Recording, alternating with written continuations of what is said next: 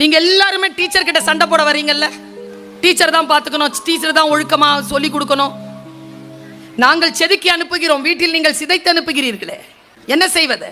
பிரைவசிங்கிற பேர்ல நாம் அவர்களுக்கு கொடுக்கக்கூடிய மிகப்பெரிய ஆபத்தான வளைவுகளை நீங்கள் கொஞ்சம் யோசித்து பாருங்கள். நீ 10 வயதில் இருக்கின்ற பொழுது குழந்தைகளோடு தான் வெளியில் சென்றிருக்கிறாய் என்று நான் கண்டுகொள்ளாமல் இருந்தேன். நீ விலை உயர்ந்த டிஷர்ட்டையும் நீ ஷூவையும் கேட்ட பொழுது நான் என் வயதிலே வாங்கியதில்லை, நீ சந்தோஷமடைகிறாயே என்று உனக்கு வாங்கி கொடுத்தேன்.